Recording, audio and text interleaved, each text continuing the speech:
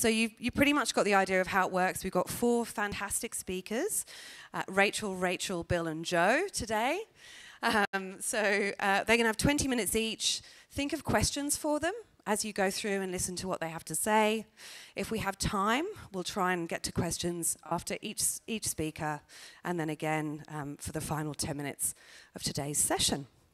So, without further ado, I have to take my glasses off because of my age. Our first Rachel is from Kimbrickie Environmental Enterprises. So Rachel is going to share with us about how she integrates waste and sustainability into the curriculum. Over to you, Rachel.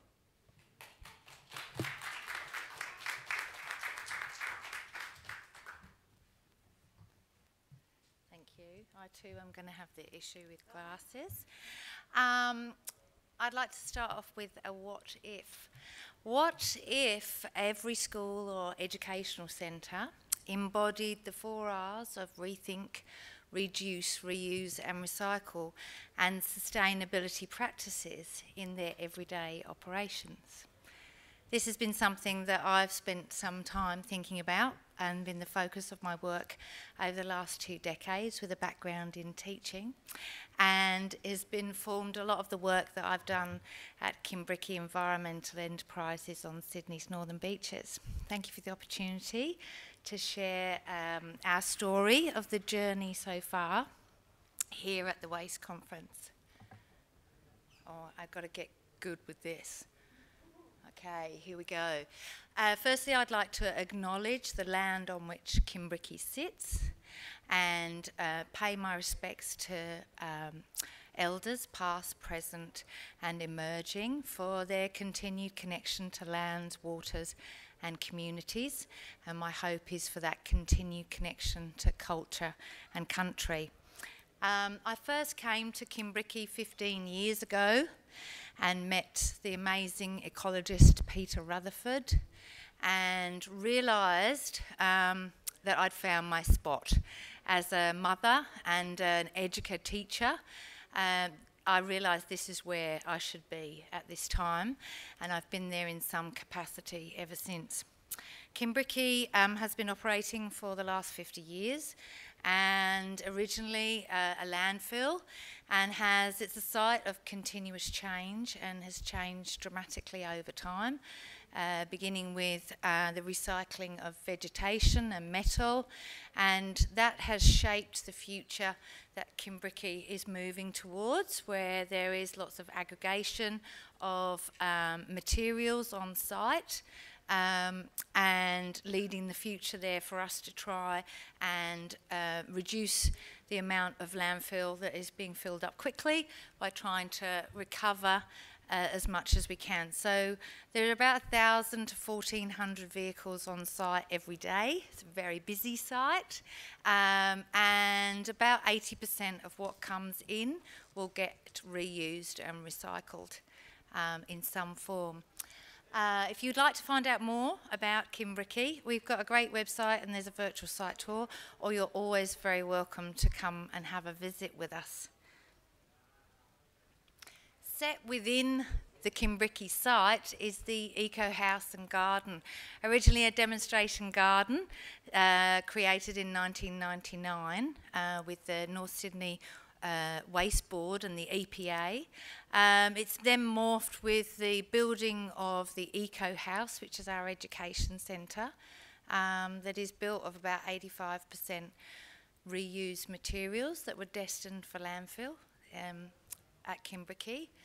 And it's there that it really felt like this really complements the site facilities with a unique educational experience to look at from a community's perspective of what we're doing, and then come into the Eco House and Garden and think about what can we each individually do on our journey towards sustainability. And I'm likely to get off track, so I am going to look at my notes to make sure I stay on track. We have about 4,000 visitors a year in various capacities, whether they've come on a group or a school excursion, whether it's through an outreach visit, whether it's just an independent visit where they've come and they have taken the opportunity to use our interactive discovery trail and explore the garden and the eco house through that. So there's a lot happening there, and it's where we teach about ecology, the 4 R's, how to reduce the organic fraction going to landfill, and sustainable living practices. Over the past 10 years, the educational component of the Resource Recovery Centre has really expanded, with specific attention being paid to integrating waste and sustainability into the New South Wales curriculum and supporting educators to develop confidence in this space. And I think that's my fault. And I feel very fortunate to have been encouraged and supported to explore this. I really felt that there was a gap. We had developed as a team over the past 2 decades a lot of resources and done a lot of the searching, I guess, and rifling through information. And I really felt that it was a bit silly that all this stuff was, I'm a paper person, in folders in my storeroom in my office at home, and that we weren't sharing those resources and helping support and guide educators. So that's what this platform is. It's morphed from different things, and it's now the Resource Hive. Here, it's a platform for us to share our knowledge and our expertise and some tried and tested methods of curriculum integrated materials in a place where, you know, we can deliver messages from the waste industry to our young people and our educators through attainable and meaningful activities that they can engage with. So we're going to drill down a little bit into one of our most popular components on the Resource Hive, which is about how to set up and effectively manage composting systems. So there's a whole suite of resources here, and it's about taking the pain out of the process. There's a lot of information out there about how to run a compost. There's a lot of do's, there's a lot of don'ts. We've tried to simplify it, and we're basing this on our 20 years of knowledge and expertise and doing, and we're trying to make it simple and straightforward for people to follow. So here, as you can see, we've got, there's photos of composting systems. There's a 10-step composting procedure. There's signage that we feel is really useful when running systems with more than one person running a system. Have some good signage there. Our ADAM principles, key part of our signage, because if you've got a problem with a compost bin or a worm farm, that's what you go to first. Look at your aliveness, look at your diversity, look at your aeration, look at your moisture. If you look at all 4 of those, you'll probably answer the question to your problem. There's a key tip there for you. And then it's sort of expanded. You know, we realised that schools were closing after 6 weeks, for 6 weeks of the school holidays, so we created a process for how to sort of shut down a compost system, how to do the same with a worm farm, so that when you come back, you've got a bin of beautiful compost to use in your school garden and you're ready to go again. Not that you've got to start the whole thing up again because it's all died and all of that. Okay. So drilling down again, so we're really aware, being a lot of us are teachers, of how content heavy the curriculum is, and I guess this was a gap that we were really keen to try and fill and to support teachers to have some curriculum integrated resources that were tried and tested that they can pick up and go with. So not only have you got the wherewithal there to set up systems at your school, you've got some curriculum linked lessons to run with your students that are using those systems. So here we've got the example of the Compost Sum suite of resources. You've got teacher instructions there. What do you need? What are you doing? Step by step. You've got an activity sheet there for K-2 pitch students, and then some resources to support that activity. And there's even at the bottom some cheat sheet notes for upskilling yourself on composting and worm farms the night before the lesson. So you're all set. So if you want to see any of these have been linked all at the bottom of the pages. Okay, here I wanted to show you this little collage of activities that have happened as a result of the resources that are available on our resource hive. Now, a lot of those are linked to science and humanities, but as you can see here, what a breadth of learning is happening. So you've got literacy, you've got procedures being written, creative writing, persuasive text, you've got numeracy, you've got probability, estimation, measuring, all going on there. Experimentation, problem solving, a bit of critical thinking, some reuse and manipulation of materials, looking at what things are made of, what could they be used for again. Citizen science, advocacy, it's wide and varied.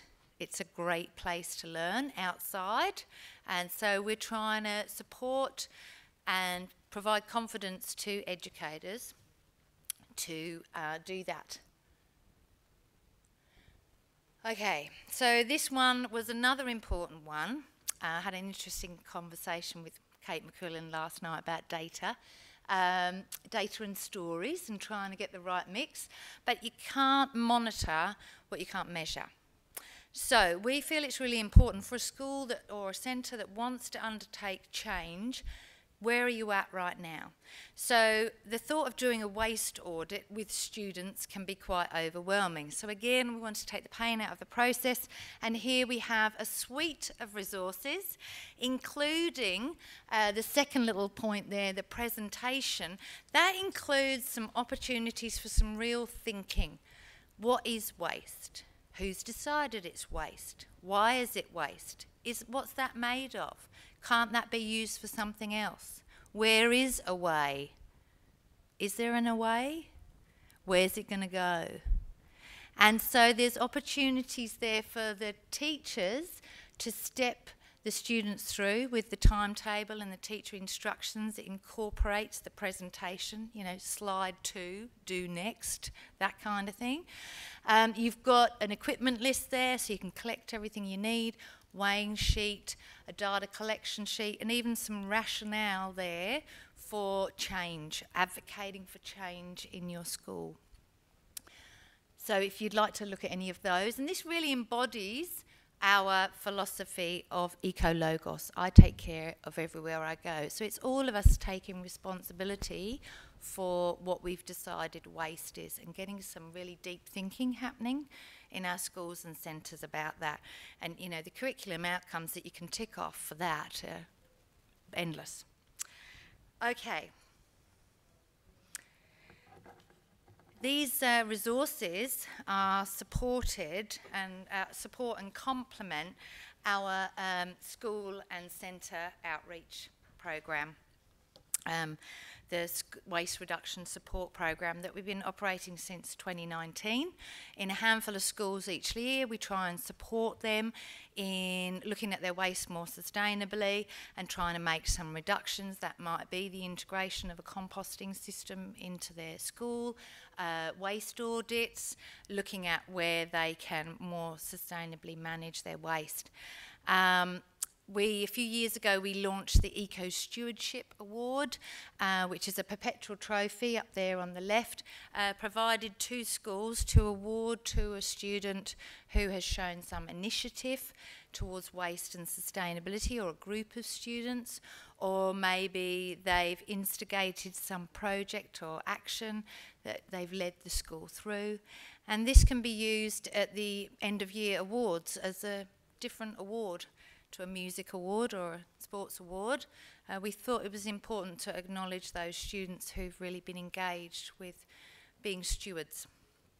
I'd like to share with this slide a lovely social enterprise story with One Meal Northern Beaches. So probably about 3 years ago, I got a call from the Bunnings activities officer who's near to us, who I knew through my kids' primary school, and She said, I've had this guy on the phone, he wants 20 compost bins, I think you need to speak to him. And I said, oh, okay, all right. So I got this guy's number, Kim Williams, the founder of One Meal Northern Beaches. We had a lovely conversation. So Kim founded One Meal Northern Beaches, and they provide 19,000 meals a week to people in need. And of course, they're using a lot of food that is being donated, but they're also generating some scraps, about 75 to 90 kilos a day of scraps. So I managed to talk him down to 6 bins. I said, let's start small, make sure we get it right, then we can expand. We're now up to 40, with 3 big worm farms and chickens at Fisher Road School for Special Purposes.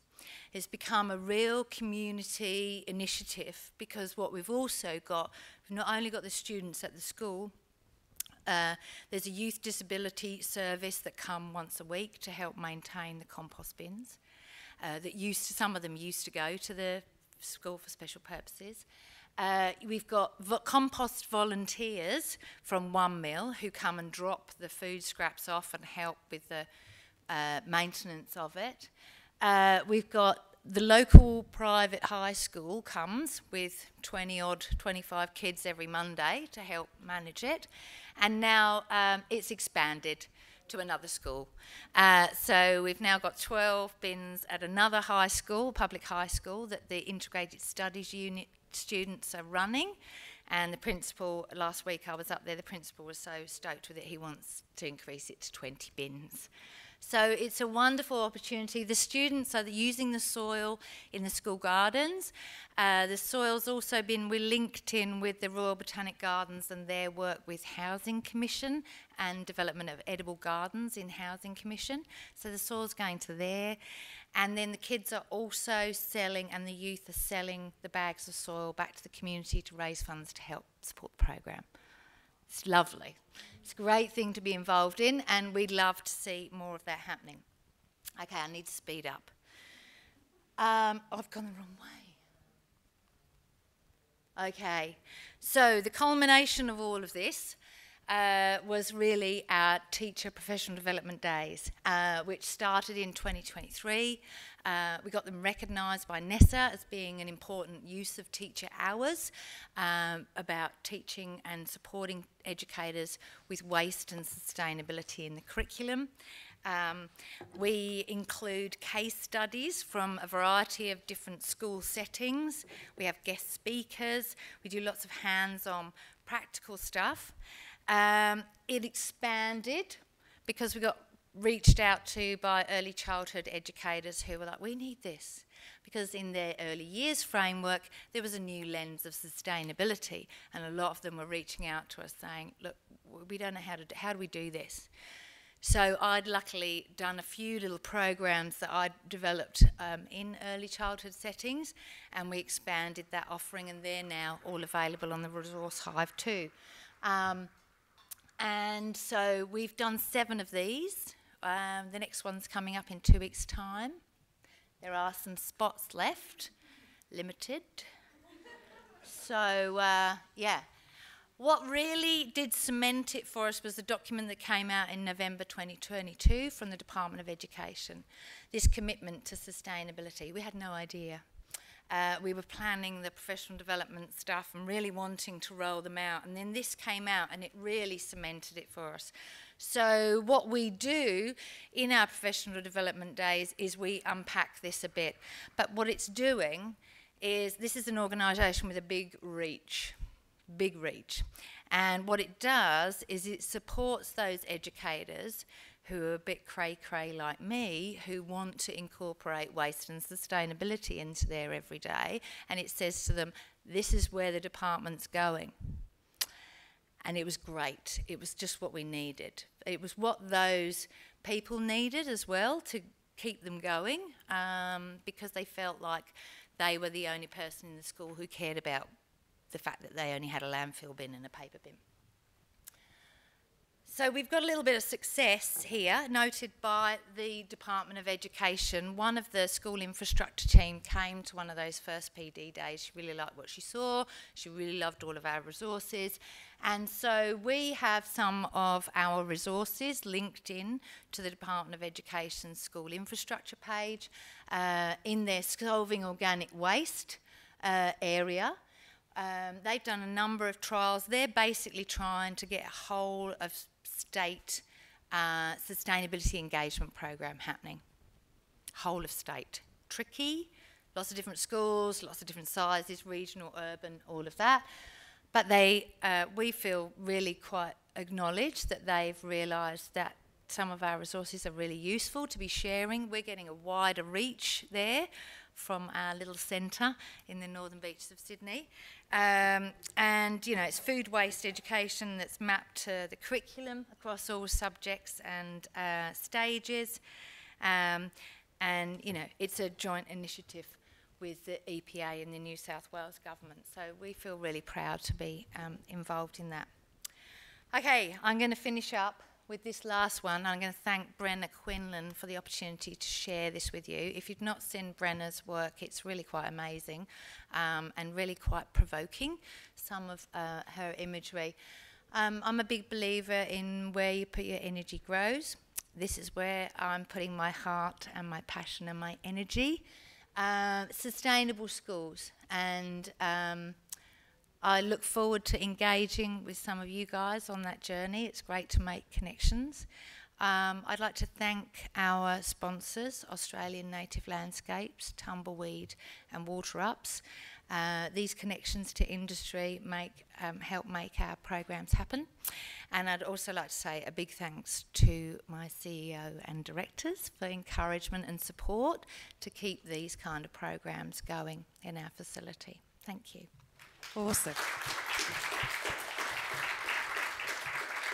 That was amazing, Rachel. I think, don't we all wish we had a Rachel in our community? Yeah. So we'll have questions for Rachel at the end. She was bang on time. So save up your questions. We'll get to them at the end of the 4 presenters. You could online. So for those of you dialing in, welcome to you guys joining us online. You can also send your questions in via the app. So back to the glasses swap. Bear with me.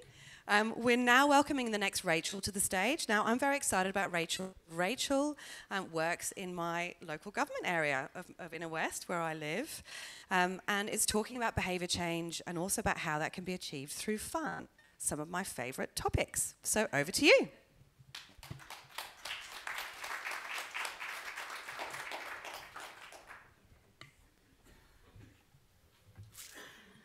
Hi everyone, thanks for joining us this afternoon. Hopefully this one is, it seems like fun is going to be the theme for this afternoon's presentation. So sit back and relax. I'm going to take that down, not quite as tall as Rach A. So in today's presentation, I'm going to cover off what the Inner West CRC rap video was, how it came about, and the approach and implementation, the results and impact, and how your council can benefit most importantly. So the Inner West CRC rap video was an innovative, award-winning social media campaign aimed at increasing visitation to our CRCs. It included a number of elements that set this project apart from many other similar behaviour change interventions, and those included the fact that it was heavily data-driven, and we're going to be covering that off a little bit more in the following slides.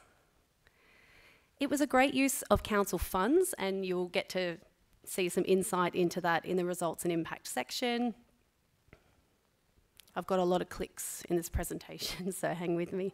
It was very collaborative, and it's also highly scalable, which is where all of you will come in. Now, whether you've seen it already or not, it's my pleasure to present to you the Inner West CRC rap video, just to set a bit of context for today.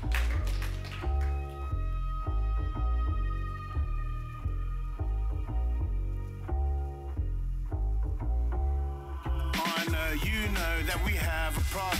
So listen up now and let's Feel help free to solve dance. from If we have north, any break south, dancers, east we've to got the the stage at the west. front here for Locally you. and globally, we need to do our best so singles, couples, and whole families can drop off recycling at the CRC.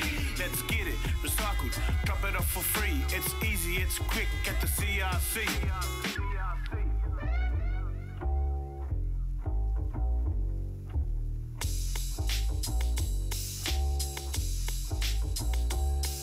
To the left, the right, everything in sight. Do your bit, don't quit and drop problem waste.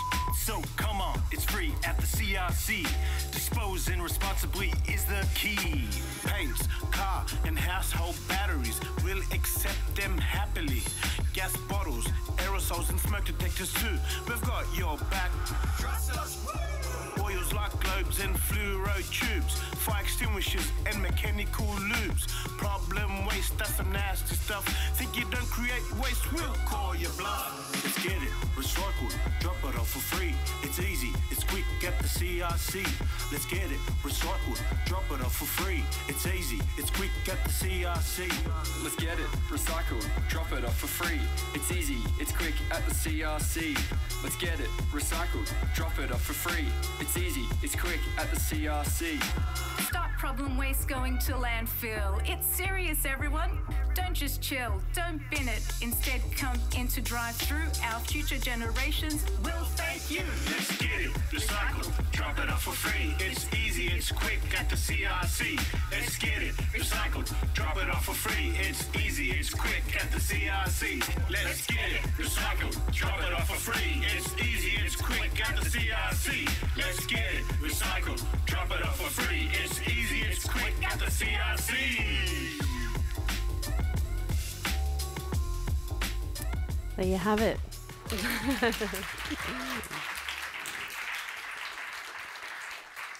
Now, I've watched that literally dozens of times and I enjoy it just as much every single time. So to provide a bit of strategic context, this project aligned with our zero waste strategy, which was also informed by our community strategic plan. And the targets that it addressed was to reduce the amount of hazardous waste presented in the garbage stream by 80% by the year 2036, and also to increase the recycling of televisions and computers by 80% by the year 2036. Another target that it addressed was Sustainable Development Goal, or rather goal that it addressed, which was linked specifically to the sound management of chemicals and hazardous wastes. Now, the overarching goal for our project, was to increase the responsible disposal of chemicals and hazardous waste, or as we know, the EPA preferred terminology is problem wastes. And we could achieve this through the following objectives. So we aim to deliver an innovative, targeted social media campaign that would increase visitation to our CRCs by 10%, and aimed also to reduce bycatch, or things that are out of scope or not accepted, by 10%. So the data couldn't be ignored. Now, there's been a lot of talk about the growing concern of fires in our facilities and collection vehicles. It's been a real focus of this conference, as we know, and the threat these pose to our waste workers and our infrastructure. And that, as I mentioned, that's been a huge focus. Now, around the time the project was incepted, so a couple of years ago now, at that time, there was a Cleanaway report that reported 180 fires over a 6-month period. As we know, that's absolutely exploded in the last sort of 3 years since then to more than, between that 10 and 12,000 fires in last year alone.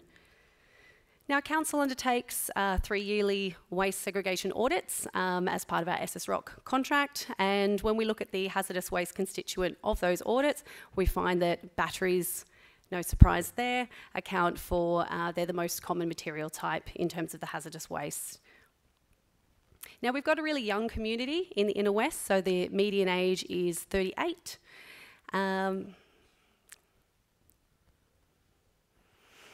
And also, when we look at the actual breakdown of categories, it was really interesting in the presentation, in Tiffany's presentation, in the education stream 1, similar age, and looking at the age bracket of 18 to 34 years, very similar percentage as well. So about 30% of inner Westies fit into that age bracket, so almost a third.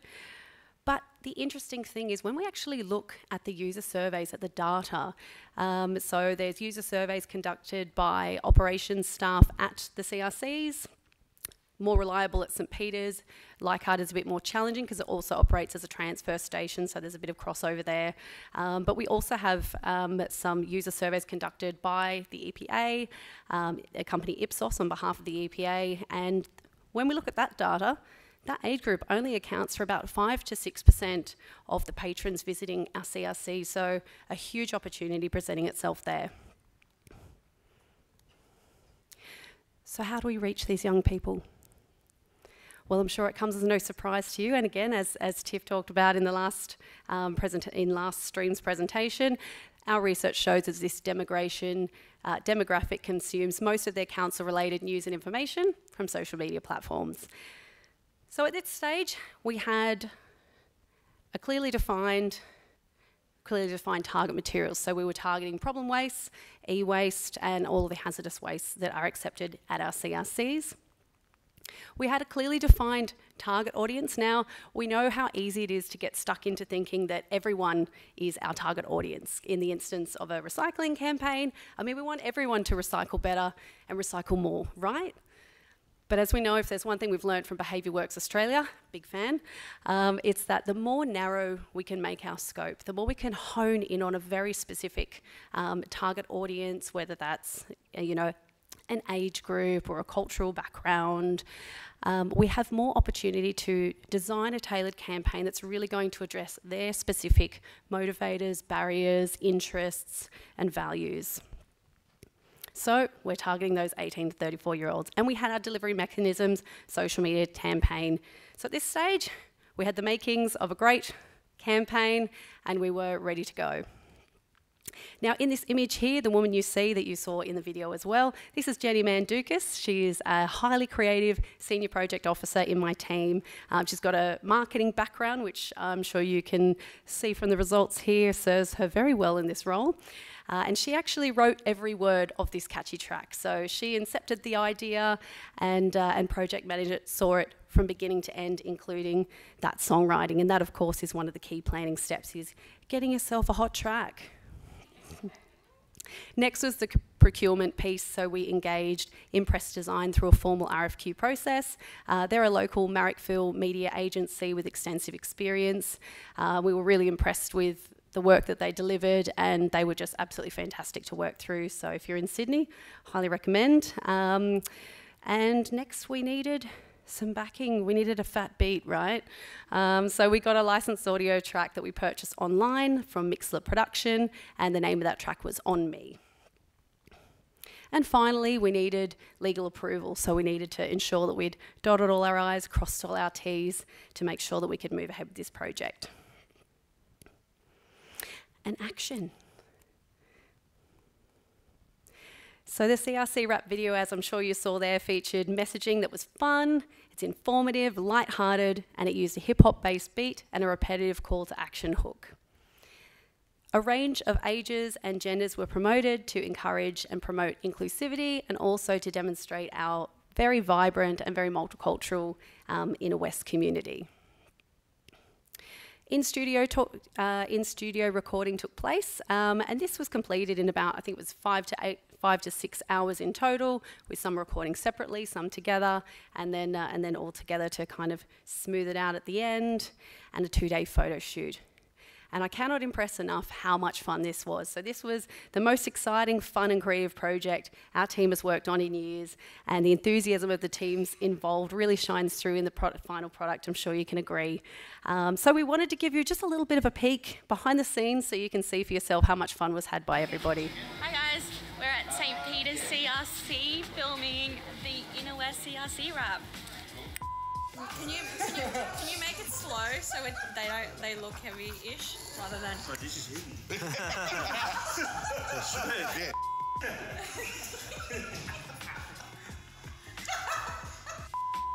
Murder many melons. Hey, class and household.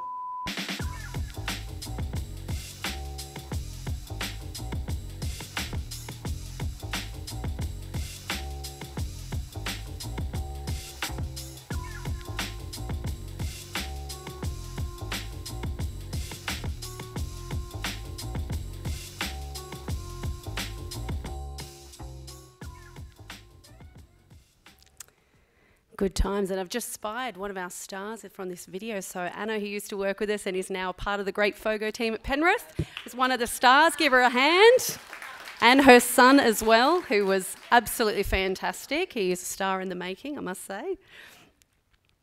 And the results are in, so it's great that we had fun and stuff. But how did it go?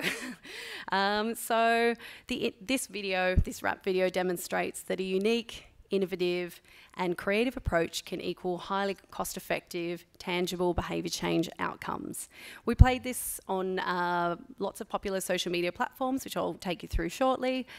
It was also aired on in our libraries, service centres, aquatic centres on the screens there. We promoted it in print and e-newsletters, and it's permanently housed on our CRC page.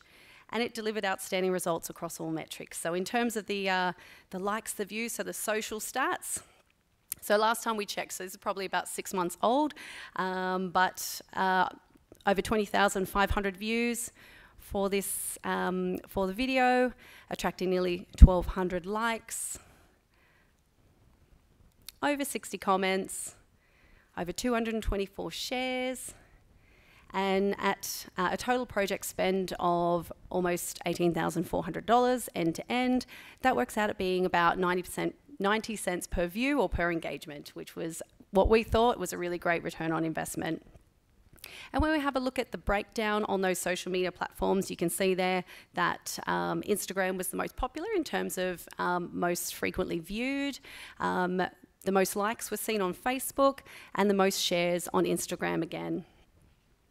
And it was interesting to hear again, and that feeds back into what Tiffany was saying in terms of Instagram and TikTok being their two platforms that they were really targeting. So worked for us too.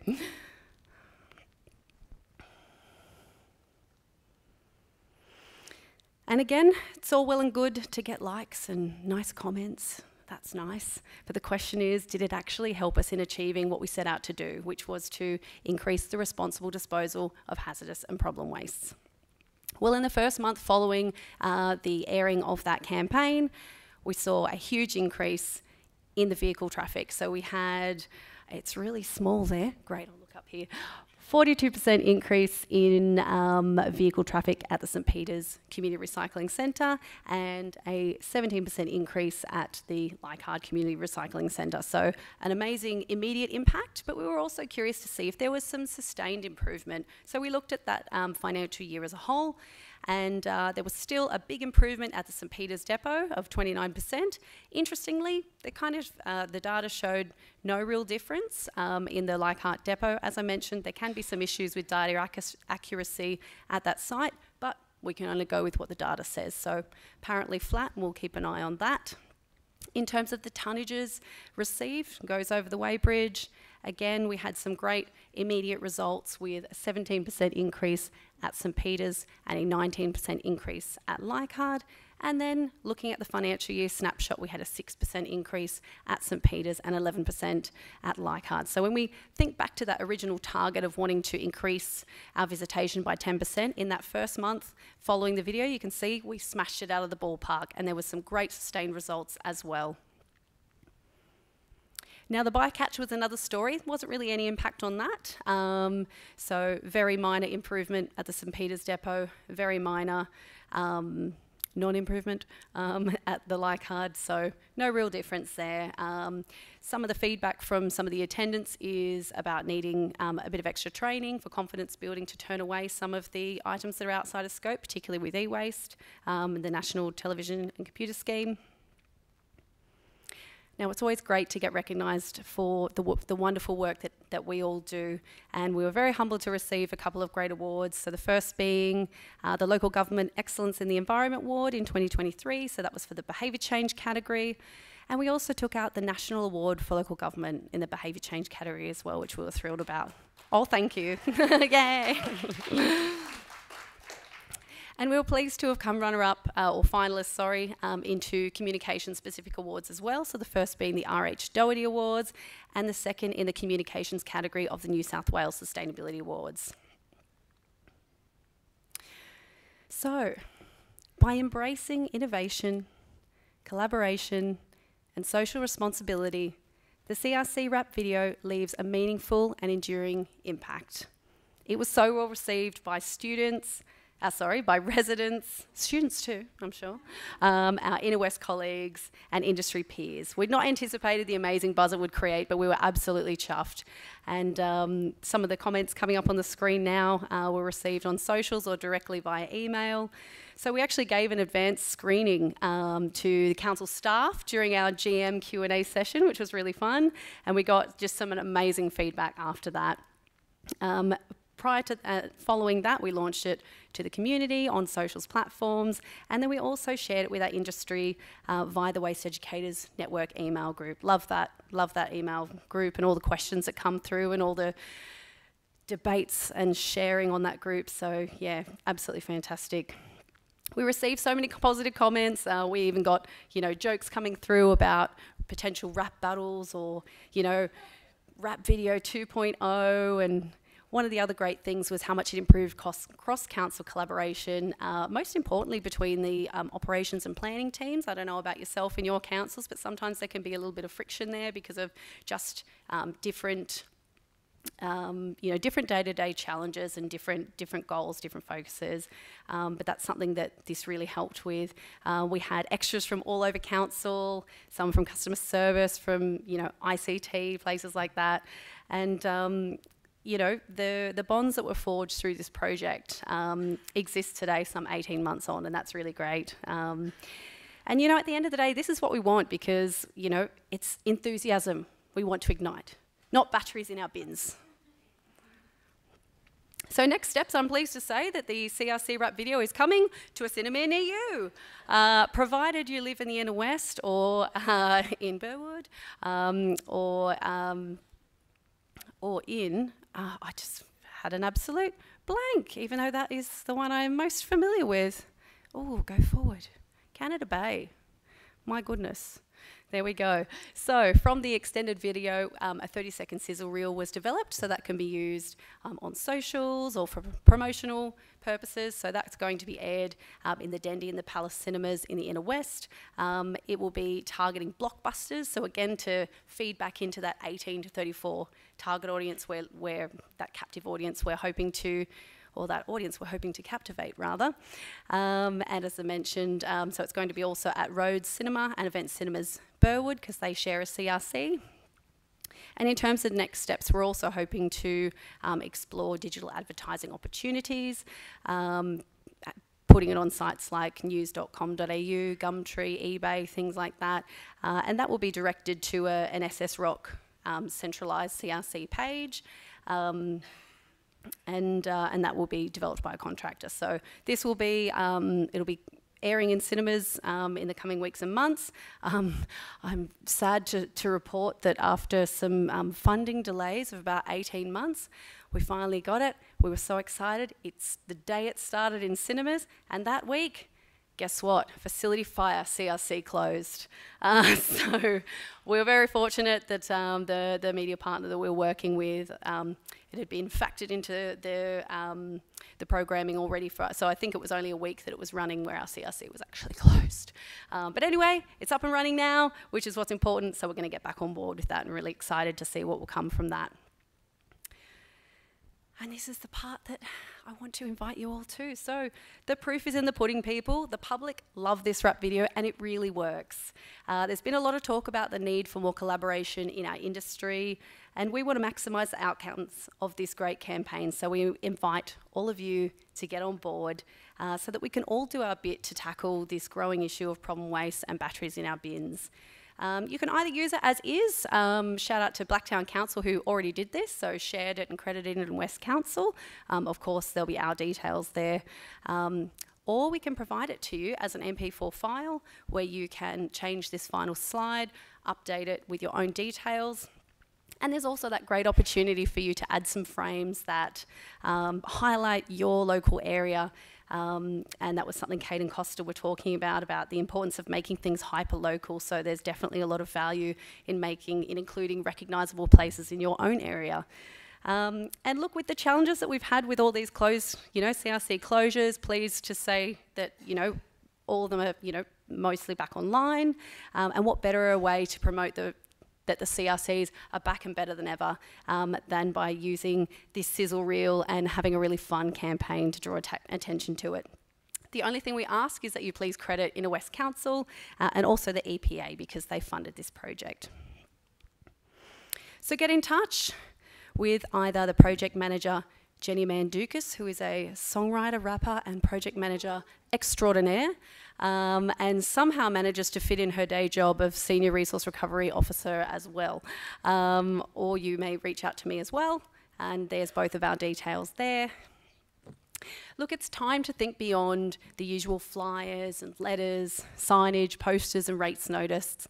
And if there's one sentiment that I could leave you all with today, and it's interesting because I can't recall which one, but actually I think it was Kate in her presentation with Costa who used these first two words, which is be brave, be different, and be different, and be memorable. Thank you. That was awesome. Didn't the Rachels deliver? And I think maybe you all witnessed a waste conference first. Has anyone else seen a rap at COFs before? So history making is what you were part of today. So thank you, that was awesome. Very proud to be an Inner West resident today, standing here.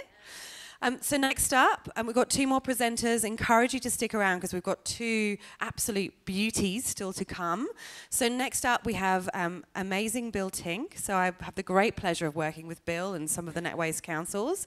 Bill is going to talk to us about waste to art, but a really unique perspective because Bill is both a wastie, but also has been an art teacher. So he's got a really great perspective to share with us all. So please welcome Bill to the stage.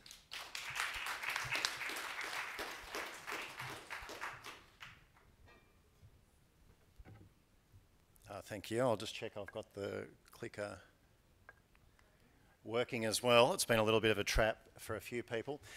Just up on the first slide that we have up on the screen, if you have a look at these three artworks that are part of a Waste to Art exhibition at Outback Arts in Coonamble, you can see three very different approaches to using waste as a material to make artworks. From a dress that's made out of chip packets all the way through to a pink unicorn made out of all these amazing packaging items. Waste to Art is challenging people across our Net Waste region to really think about waste in a very intimate way and in a way in which they actually work directly with waste materials.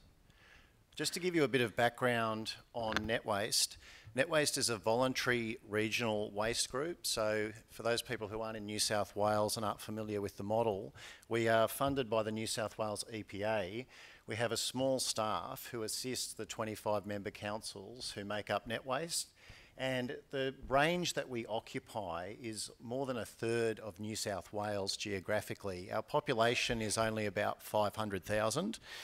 But when we had a consultant come over from Ireland to have a look at what was happening in Net Waste, they were pretty staggered that our territory ranges all the way from Lithgow to Broken Hill. So some of the trips, if you drove from one side to the other, it's almost like driving across Europe to drive across Net Waste. So when we talk about trying to engage people in education programs, we have some very large, relatively well-resourced councils, all the way through to some very small councils who have very limited resources, where a waste officer may be in charge of food, health and safety, in charge of planning approvals, and during their day they might receive a phone call about 4 or 5 different things that relate to the general business of a council, not just waste. So we were looking for education programs that would allow them to work with the community but potentially connect with other people who could help them out in smaller spaces and smaller contexts. I just wanted to acknowledge the team at Net Waste. It's a small but mighty team, and I think it's pretty important that I just recognise the fact that I couldn't run a program like Waste to Art or engage in the education activities that Net Waste can undertake without the support of this team And particularly Anthony Cullen Ward, our coordinator, works incredibly hard to achieve a lot of joint procurement and other contractual arrangements for our councils so that Net Waste can try and achieve some economies of scale and collaboration. We're very lucky to have been joined by Emily Miller as our project officer, who is working on our CRC program at the moment, and I couldn't run Waste to Art without the help and support of Heather Pike, our admin, who does an incredible amount of work and herself came from a visual arts background. I just have to make sure that I acknowledge the fact that Net Waste is funded by the New South Wales EPA. That funding does allow a lot of outcomes for our councils, and it's much appreciated and valued, particularly by smaller councils who wouldn't have access to an education officer, an education program, or any sort of education planning or outreach without the funding that the EPA provides. And I also have to thank Sims Metal, our major sponsor. If I was to say to everybody in this room that there was a $1,000 prize, which there isn't because our budget is quite limited, but if I was to say to you there's a $1,000 prize at the end of this session for the best artwork made out of recycled materials that you can find in this room, can you imagine the kind of object that might come from that particular activity just amongst the people in this room? We'd be staggered by what somebody would come up with. So I really do appreciate the fact that Sims providing us with excellent prize money means that we attract a number of really first-time artists and also professional artists to Waste to Art. I also have to thank the member councils from Net Waste who take part. So of our 25 councils, 20 councils currently take part or have access to Waste to Art as an education competition, which is fantastic, with particular thanks going to Outback Arts, who support a number of our smaller councils. Those councils who don't have the capacity to take part in Waste to Art, and this will become clear in a moment as to why they don't have the capacity to do that, often just don't have the staffing or the ability to provide to have the time to run a Waste to Art exhibition, and we totally understand that. And I would love to personally be able to go and run a Waste to Art competition for those last 5 councils, but Waste to Art is only one small part of what we do at Net Waste. And so Waste to Art is a community art exhibition. When we say community, the artists section in our categories is separated so that community members are encouraged to take part in Waste to Art because they're not going up against professional artists. So there's quite, as I said before, good prize money in the Waste to Art space, but if you're a general member of the community, you mightn't want to go into an art competition where you're up against the local artist or other artists. So we have separate categories to ensure that community members can take part, access prize money and go on display without having to pit themselves against professional artists. Waste to Art has run for over 20 years and it's run in lots of different ways and formats.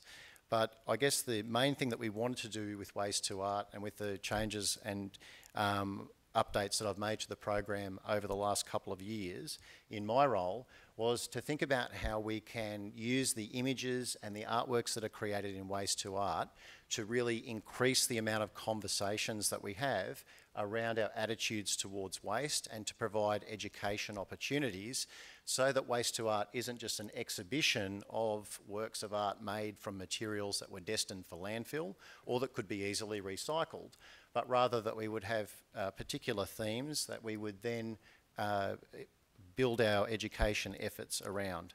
So the last 3 years have seen 3 distinct themes for Waste to Art, and it's great to have some visuals up on the screen now for you to see some of the artworks that are produced as part of the Waste to Art program.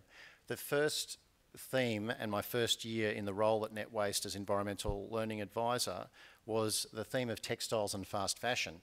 And so with the councils that were taking part, and there were about 14 councils taking part at that time, we had lots of conversations around textiles waste. And as the participants made artworks, you don't have to make it from the theme waste, but there is encouragement to do that. And there is a prize each year for the best artwork made from our theme waste.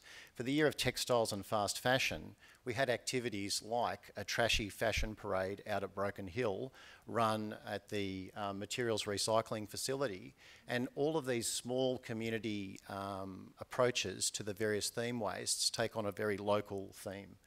Our theme in 2024 was the Year of Packaging. This was a great theme. It worked really well for us in terms of educating people around recycling. In the net waste region, we have 3 MRFs that hand sort recycling, and it's really important for us to get the message out to our communities that there are people who are handling the recycling as it goes through the process. And so for the Year of Packaging, if we were running workshops in particular council areas, we'd make it very clear to students in the community that the recycling was handled in a certain way, and that their approach to the sorts of packaging that they chose and the sorts of packaging that they recycle, that was quite important. This year sees us engaging with the Year of Toys, which has been a very whimsical and fantastic theme for us. Batteries has been a big theme at this conference, and for us to be able to talk to kids in particular about the fact that toys have embedded batteries in them has been a real eye-opener. And the majority of kids, when you hand them a toy that has a battery in it, they have no idea that there's a battery in that toy. And we discover that through the workshops that we run as part of Waste to Art. And so the way that Waste to Art works is each council holds its own local competition. So we can see as many as 20 local Waste to Art competitions. These can be held in halls, in libraries, at the local pool, or at the local recycling facility. And each of those local competitions chooses a range of winners and sends those on to our regional showcase and final. We support each of the local competitions with an information pack that gives them everything, including a run sheet, to work through and tick off all the steps to run Waste to Art, from the initial advertising and entry forms all the way through to packaging the works and sending them off to the regional showcase and final. And Heather Pike, our admin, does a fantastic job of administering that pack. And so, particularly for councils that appreciate that extra assistance and resourcing, that pack means that they don't really have to think about what they're going to do for the competition beyond a few key ingredients that they need that I'll come to in a moment. So our finalists go to the regional showcase and final each year. That hopefully will be held in Broken Hill next year. This year it's to be held in Dubbo, and we move it around the net waste region. At the regional showcase and final, we'll see over 100 artworks and finalist works from all those different councils. And the works that we see are so varied and so different. And I've just put an example on the board of an artwork made from a Weet-Bix box and a cardboard box made by a student. There's a cornflakes box in there as well, made by a student at Nyngan. And when we talk to the kids at Nyngan about the hand sorting that goes on at the Gilgandra MRF, where their recycling is taken, the recycling in Gilgandra travels over 2 hours across to Gilgandra, 180 kilometre trip for that recycling. And for the kids to learn about that, one of the great things about Waste to Art is that if you just show them information, we were talking before about the handout mentality, if you just show them something, it isn't really the same as having a conversation where they're creating and making something and you're talking with them as they're building their creations. It really does make for deeper learning. And as was mentioned, given that I have a visual arts background, for me I do think that art has a special power for allowing people, when they learn about a material, by turning it into an artwork. You learn about the material properties as you construct your works. The things that you need to run a Waste to Art competition include, your budget will vary greatly. The average budget is about $5,000 to run a local Waste to Art competition, but that varies quite greatly from council to council. And sometimes if Waste to Art is embedded at the local gallery, their budget might be a little bit healthier, which is great. But we do assist with some additional funding and with assistance with workshops and other programs. You do need to secure sponsors for prizes if you would like to really get people in, and the sponsors for prizes are often people who are working in our local communities in the sustainability and waste space, which is a terrific outcome for us. You need a staff member who can look after the initial media, who can be a point of contact for the activity. And we have found that it is advantageous to have a council staff member run a Waste to Art program over volunteers, because at times volunteer organisations can shift and change. And for the regional showcase and final that I held in Blaney, we had a volunteer organisation that collapsed just prior to that event, and that made it quite difficult. So we often try to find somebody employed by council, but they might not be employed in the waste space. And so that person hopefully will assist with a range of things, including helping to connect local artists for workshops. When I started Waste to Art, I looked at all the categories we had, I thought we have far too many categories. That's crazy to have an art competition that has all these categories, all these potential works that could come in. But now I'd actually like more categories, because every time I go to a town where kids are doing workshops, I would like to reward more and more students who are taking part and community members. So I keep finding ways to integrate more and more artworks into the competition. All of these different categories mean that there is a chance for each of the students or community members who would like to take part to have a chance at getting their artwork up and on display. They write an artist statement that accompanies their artworks that explains why they chose the materials that they're using. And the artwork that we have in front of us at the moment is a moth that is made from Coles shopping bags that have degraded and are no longer able to be used as a shopping bag. So if you look at the circles and a few other aspects of this moth, and the artwork is called Metamorphosis, it's from Broken Hill, you can see that it's entirely made from discarded shopping bags. Now this moth has undergone that metamorphosis from being waste and material that would have been discarded, and unfortunately those bags currently aren't recoverable as a recyclable item.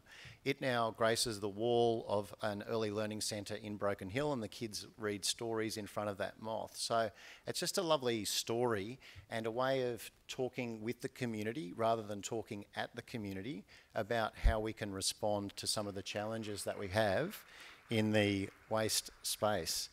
Some of the other things that you might see at a Waste to Art exhibition. You see this fantastic little bottle lid snake. What a great visual image for us to use when we're producing material to talk to the community about what can and can't be recycled. They provide great images for us, and the student who made that particular work to win that competition and to win prize money at a regional showcase and final, it's quite a lovely moment artistically and for the community.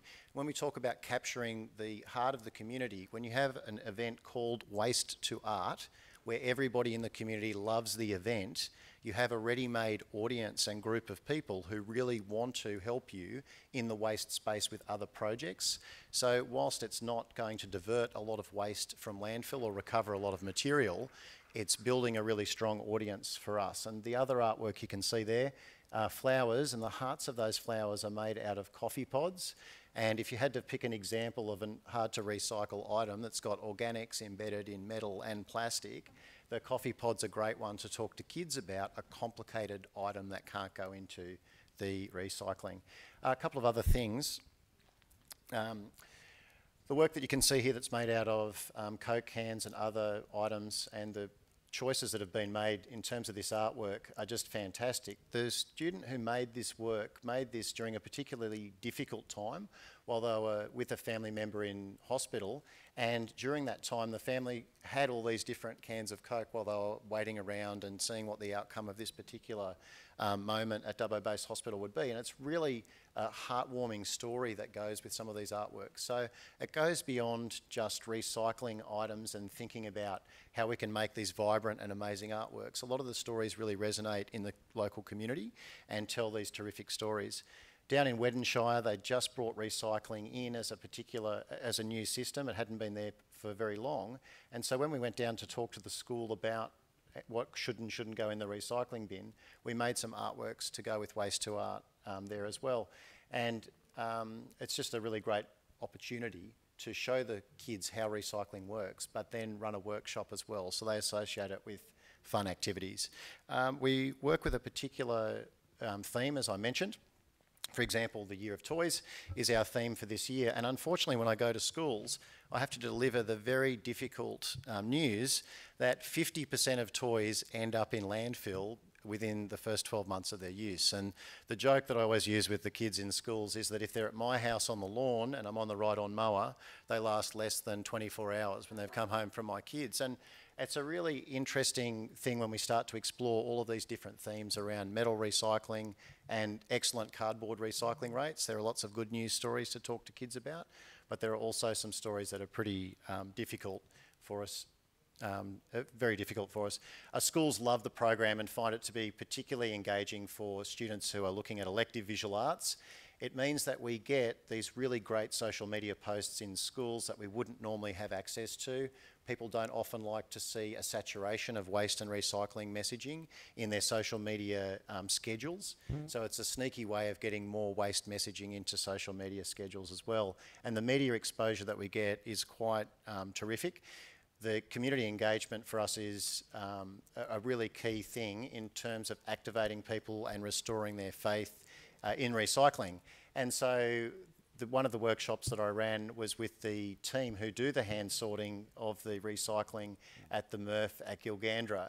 And so to make some Waste to Art entries with them, on Friday I'll drive to Gilgandra for the opening of their Waste to Art at the Visitor Information Centre, and the staff who hand sort the recycling will be at that event with their artworks, and a really great example of how the community's connected around Waste to Art.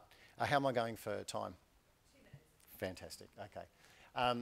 When you talk to kids about the miracle of the bin and what it means to have a bin, one of the things that I found in my Waste to Art presentations is you talk to kids about reclaimed ocean plastic and all these abstract concepts. And until they can hold it and make something out of it, they don't always absorb the information.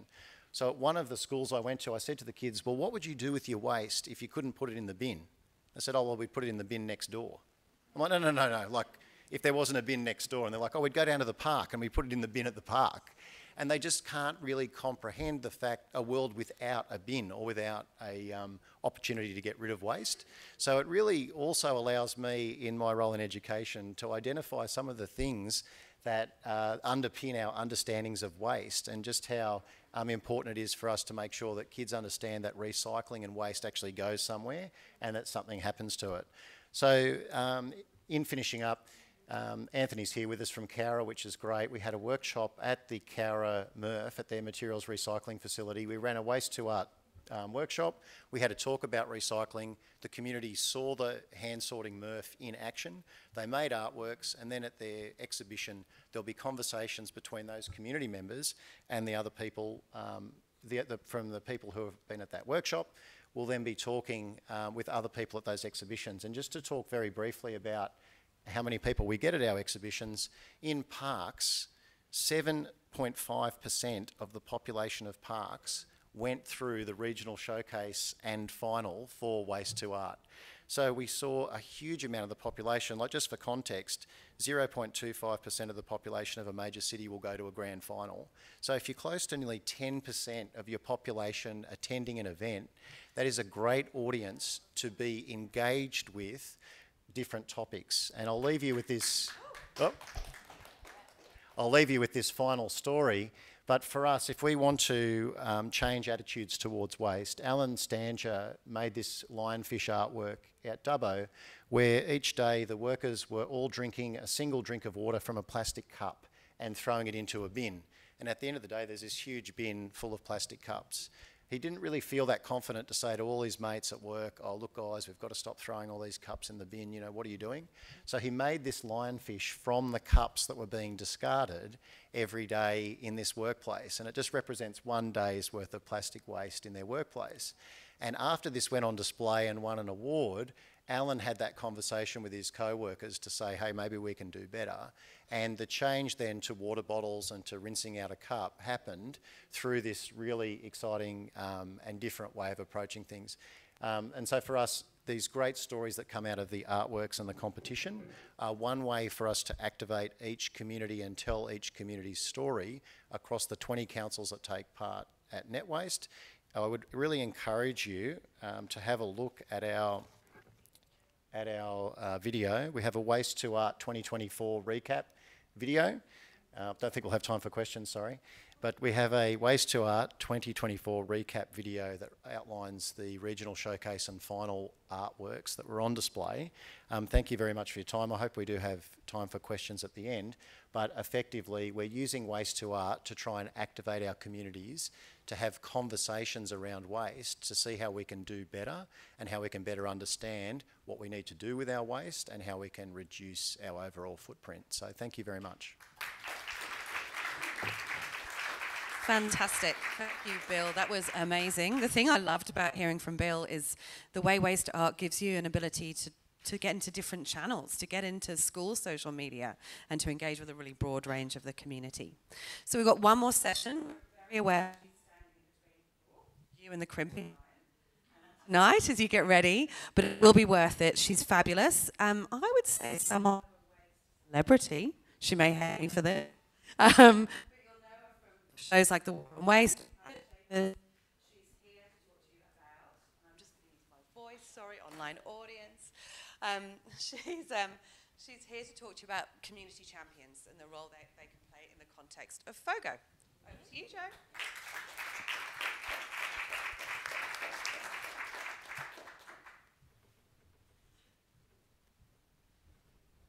Hi. I feel like it was a real missed opportunity to put Rachel's at the beginning. If we'd put a Rachel at the end, we could have had a Rachel sandwich. Instead, I'm here to serve you a Jo open toastie with a slice of Bill and a Rachel melt. I'm acutely aware that I am the only thing between you and having a drink with your waste buddies. But instead of thinking me as a barrier, I would encourage you to think of me as the amuse-bouche, the appetite cleanser, the palate freshener for the joy that will happen tonight.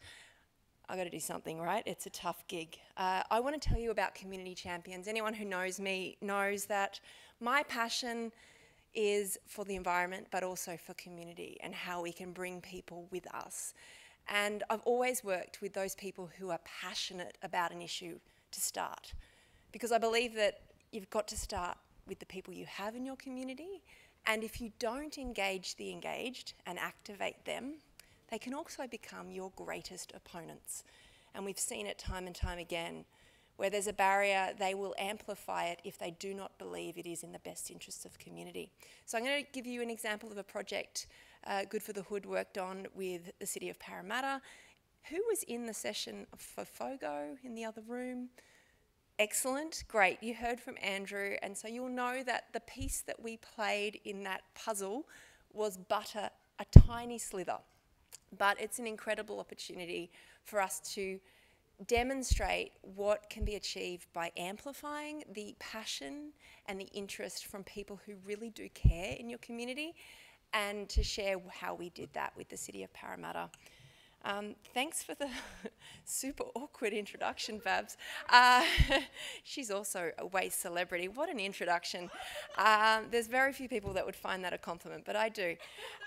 If you do not know me or you haven't worked with Good for the Hood, please reach out on LinkedIn. We would love to share some of the projects we've worked on with over 250, maybe even 300 councils now. I don't know, I stopped counting ages ago. Been doing this for 6 years, which doesn't seem like long, but worked on some incredible projects, some really short ones, some slightly longer ones, and got a really good temperature gauge for what's happening in communities, both regional, rural and metropolitan, across all states of Australia and territories. I want to tell you a story about why I know that community champions are powerful and why they work. And it's about my son. My son's 12, and he said, "Mum, I don't want you to cut my hair anymore." So I have been doing home haircuts for a while since COVID, and it's partly because my other son has autism and hates going to the barber, but my eldest son has had a beautiful short back and sides for a number of years, and but as he's headed to high school and taken up the electric guitar, he's decided it's not really the look that he wanted to go for anymore. And so a couple of years ago, he started to say, "I want to grow my hair, I want to grow it long, like down to my bottom long." And I was pretty anti this as a prospect. First of all, I went with all the normal parent-like things, but you have beautiful eyes, we won't be able to see your face, you know, but you won't wash it. What about all the smell? Like, you're a teenager nearly, like it will be gross. I had all these discussions with him about the fact that I just didn't know what kind of message it sent, you know, like you're going to high school and you're going to turn up with this look. You know, maybe it's a gateway to drugs and we were just suddenly going to find ourselves on the cusp of some other social issue. And then one day he just said, "Please let me do it." And so I let him grow it. And then one day he said, "Mum, I want to dye my hair." And I said, "Okay." And I went, "All right, You've demonstrated that you know how to do this, and you took me on the journey, and I'll let you dye the hair. In fact, I'll dye it for you. And he looked at me and went, I said, I promise it'll be good. So we bleached his hair, and then we let him dye it red and pink and all sorts of other colours. And now all the parents at my son's school come to me for their children to have their hair dyed. And I've become somewhat of a champion for alternate haircuts. No skills, very little understanding of how or why one should do this, but geez, I'm a champion for the alternate look. And so I feel like in my own household, that demonstrated ability to get the person in your world that can make something happen for you engaged and on board was lived and breathed over the last few years.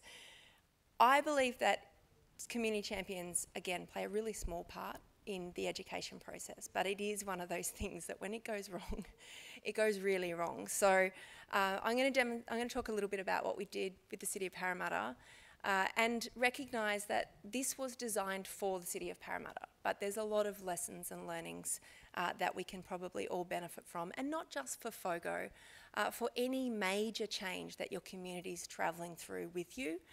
But if you don't know, the City of Parramatta is a rather large metropolitan council. It is one of those communities that does have a young median age.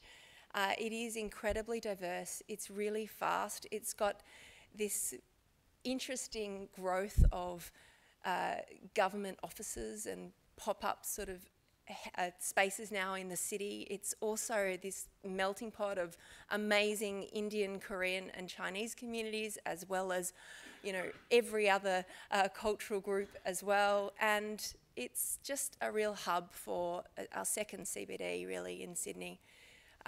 It's got an amazing cultural and First Nations heritage, some of the most spectacular spots along the river, as well as a colonial history, which is both challenging and interesting. And it's got some pretty great food, which is important, right? But also leads to an awful lot of food waste.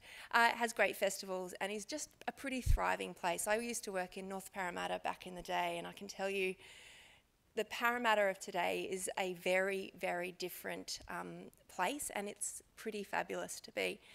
But I can imagine when the City of Parramatta said, well, we're going to do FOGO, that there would have been some pretty shocking resistance from probably people within council, but also in the community. And it's no surprise, because we know that almost every council is enjoying the joy of missing out on FOGO. Most of them are going, you know what, let's just hold out a little bit longer, because we've seen what happens and we know how hard it is. But what happens often is this process where someone decides it's going to happen, and often the waste team is left with holding the baby going, what the hell do we do with this? So short lead times can lead to failed or problematic launches and rollouts to community. It requires everyone in your council to get on board, and we know how hard that is. Having worked in councils at different points, I know that it's not easy to get the rates team or the customer service team, or in fact anyone, to really contribute to what you're trying to do. But it's what's required for it to be a success.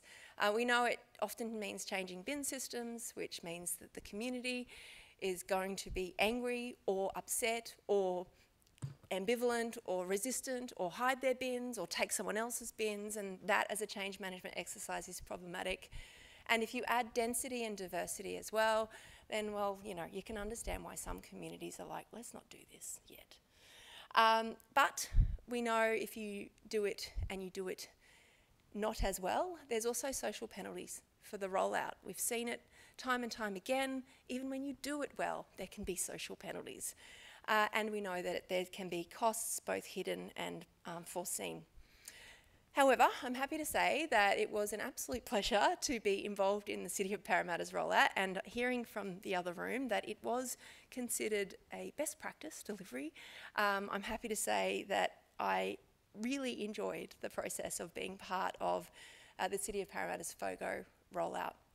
So, like all good rollouts. It starts somewhere, and it started within council, and I'm sure that engaging the councillors as champions in themselves was probably an episode for another waste talk, but basically the community became aware that this was going to come, and it required a process of bringing them along with council so that they could understand. Now, that doesn't just happen. It happened, as Andrew explained, with a lot of foresight, a lot of planning, and a lot of investment. And as I said, the community champion's role was but one part. What was really obvious when we were engaged, which was in about July of last year, was that a high visibility campaign was well underway. You could not escape it in the city of Parramatta. There were flags, there were posters, there were ads, there were signs, social media. It was very obvious that this was coming, but the problem with that is it's coming but not quite yet. So how do you make sure that the community are aware but not like suddenly putting all their food in the bin before you start? As you see, community champions were one of them, lots of educational resources, lots of place-based strategies and approaches, great kids activities, and a really great approach to multilingual and called communities that took them along the journey as well. Our involvement was reasonably short, but it's great to see that the program, and I got a chance to catch up with Jacinda and Anna before, that it is going well, and it has been positive so far. I think they said with bated breath, so far, because there's always a chance it could go wrong at any moment, but that's council and that's community, right? The process was that we were the council resolved to proceed with FOGO. We were engaged in July. We were also part of communicating the fact that new bins were coming, and that and the process was that community champions were engaged, and we started to run programs with them. Now, the engagement of the champions happened through council. We were not part of the recruitment drive, but like all good community champions, many were already engaged with council. There was a process of ensuring that if you went looking for information about FOGO, that you were also able to sign up as a champion as well. But as Andrew mentioned in the session earlier, he did a lot of, the whole of council did a lot of engagement, including door knocking, activations, programs. So wherever FOGO was, there was an opportunity to learn more and to be involved as a champion. So we ran our programs in about the 6 weeks before the launch of the program to all single unit dwellings and apartments under 30 units. And we had, council had 104 expressions of interest at that point in time. We had 67 attend one of 6 sessions that we ran in the council, in the community, and they were held both online and in various locations across the community. It is quite a large LGA, not just population, but also in terms of suburbs. And at that point, about a third of the people who had attended the training also completed the initial survey.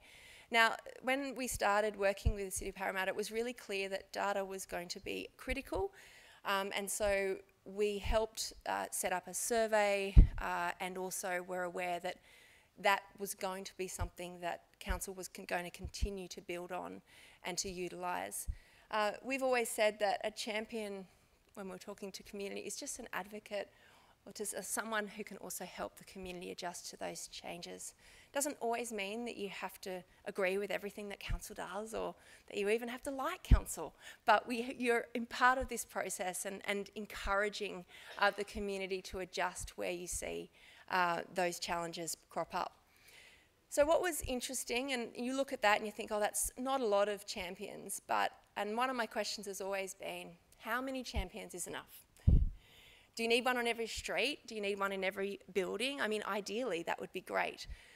But the reach and engagement of champions, I think, is always underestimated. A good champion will have their tendrils in a whole bunch of other places, including their children's schools, their neighbours, their buildings, not just their buildings, but probably other buildings in the area as well. And good champions will encourage other champions by nature and those conversations. So the flow-on effect of having people engage and across the issues that may come up in FOGO is hard to estimate. What did our champions want to know when it came to the FOGO rollout? Well, unsurprisingly, bin system changes were top of the list because everyone knew that new bins were coming and everyone had lots of questions. And I know that Council was getting a lot of these questions coming through to their customer service as well, because there were structural changes. Put this bin out, you're going to get a new bin, it's going to be different sizes. So that was, you know, something that people immediately wanted to understand. But from there, a lot of questions about where FOGO goes. Why are we doing this? Why would we want to do this? What's the benefit? No one really seemed to dig up the question of cost, but it certainly was a factor of why would you do this? What's the why for why we suddenly need to do this? Interestingly, most champions, or a large percentage of champions we spoke to, were home composters. So they were kind of understanding trying to understand why we even needed this, because doesn't everyone home compost? And, you know, it really is our own little bubble of people to say, well, no, most people don't actually. And this is why we need a service that's going to help us reduce, you know, both methane emissions, but also improve the resource recovery and keep waste out of landfill. Lots of people wanted tips for how you manage the gross part of FOGO, as people would say, you know, the flies, the smells, the mess, those things that they're worried about being a problem. What do we do if someone's got a complaint, or how do we dob in a neighbour if they're doing the wrong thing?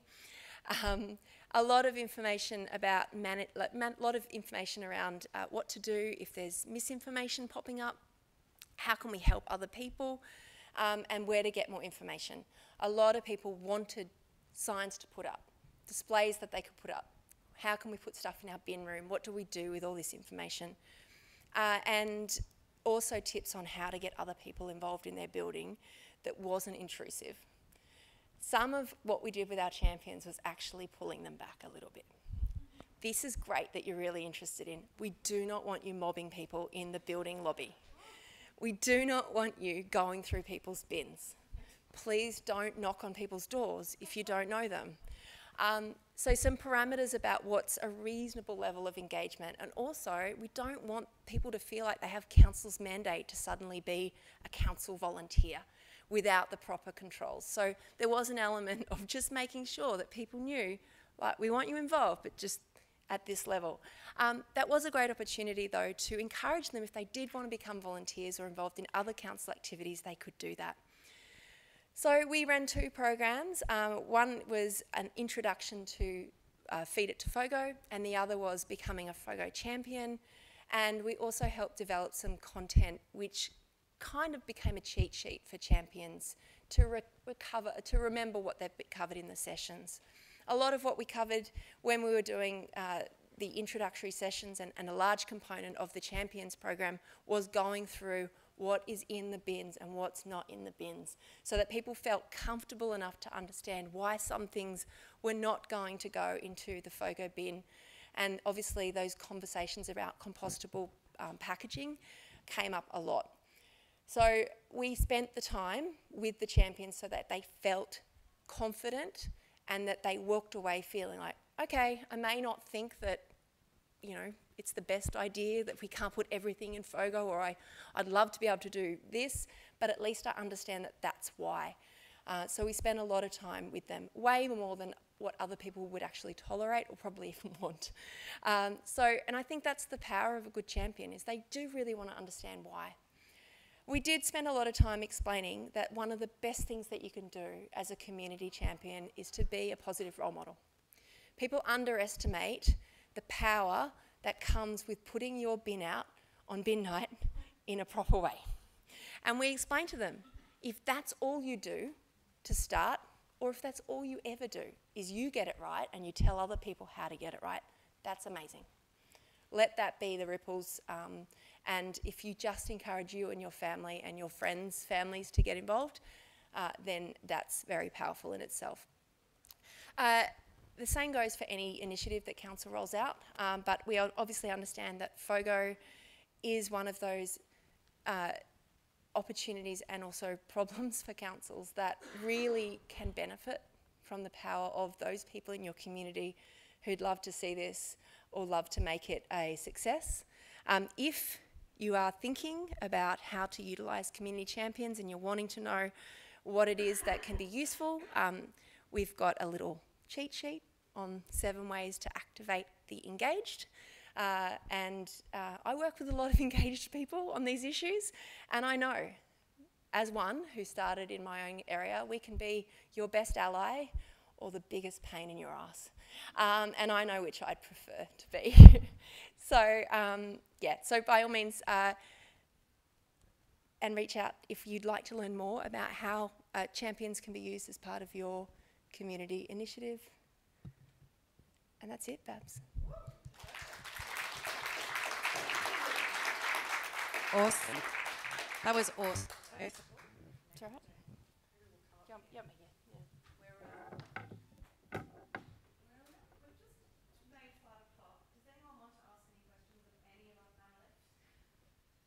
Appreciating you all are desperate to go and get ready for tonight's festivities.